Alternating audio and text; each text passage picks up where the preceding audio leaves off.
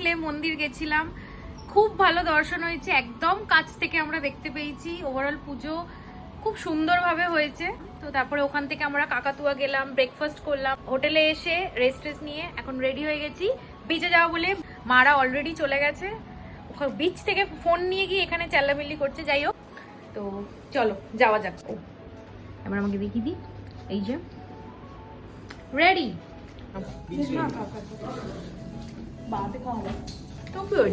চলো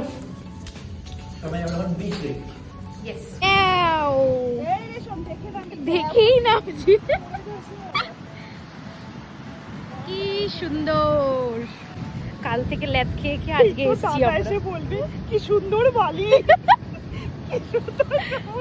মারা ওখানে নামলো কি করে?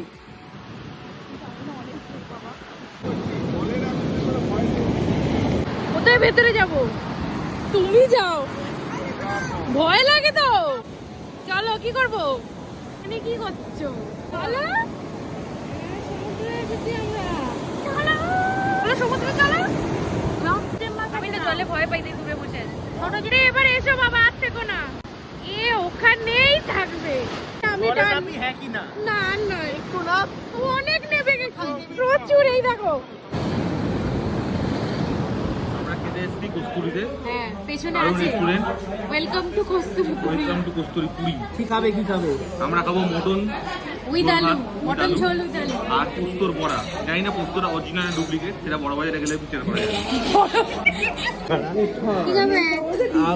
আমি জানতে চাইছি হচ্ছে এখানে একটা কেন চাইনিজ আইটেম নেই। আমি তো এসে খাই হচ্ছে চিলি চিকেন ফ্রাইড রাইস, এগুলো নেই কেন? রোজ ডাল ভাত দুপুরবেলা খাবে ভাই? কি খাবো? মটন খাবো। কোথায় গেল? মটন ঝোল উইথ আলু। মটন ডাক বাংলো। না, মটন ঝোল উইথ আলু। কি খাবি না ঠিক করলি? এই তো বললাম তো, মটন ঝোল ভাত। মটন ঝোল ভাত। আমি একটা নেব ফিশ। কোথায় গেল? বেঙ্গলি ফিশ ফ্রাই খাবে। মা বলে যা ইচ্ছে খাবে। কি মটন খাবো, শুক্তো খাবো, ও বাবা, মটনের চর্বি দেওয়া ঝোল খাবো। প্রচুর বড় লিস্ট মায়ের। অর্ডার ডান হয়ে গেছে, প্রচুর অর্ডার দিয়ে দিয়েছি। মাছ, মাংস, ফ্রাই, রাইস, পোলাও সব আছে। এই যে এনার কাজ। যাই হোক, খাবারটা আসুক। প্রচুর খাবার দাবার এসে গেছে। মটনটা দেখো, যাক গে, খাওয়া কমপ্লিট করা যাক। চলো খাওয়া যাক।